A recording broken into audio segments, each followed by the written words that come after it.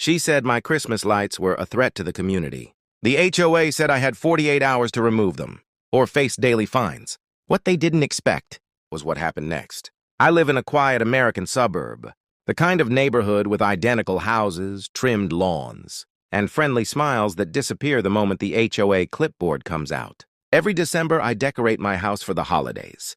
Nothing crazy. White lights, a wreath, a small inflatable Santa. Kids loved it. Neighbors waved.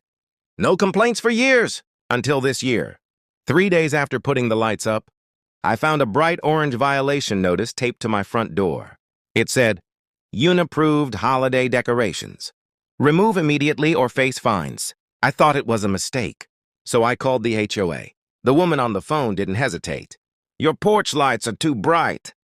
Your decorations are visible from the street, and your Santa is larger than approved dimensions."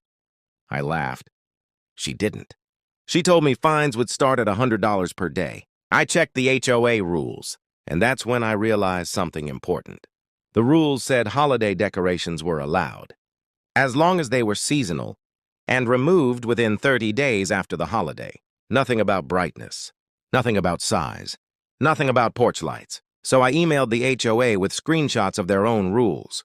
No response. Instead, the next morning, another notice appeared.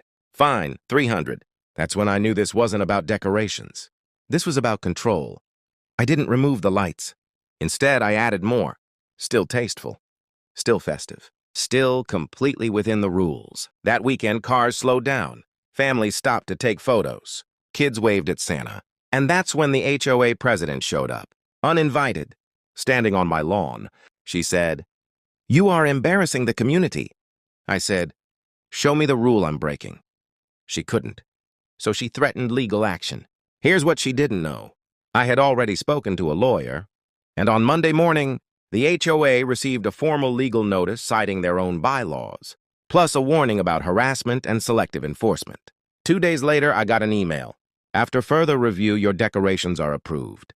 No apology, no refund. But the fines? Gone. The lights stayed up all season.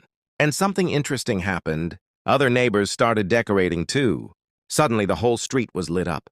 The HOA stayed silent. Here's the lesson. HOAs rely on fear. They count on people not reading the rules, not pushing back, not questioning authority. But sometimes, all it takes is standing your ground, because it was never about the lights. It was about power. If you live in an HOA, read your rules. And remember, holiday joy is not a violation.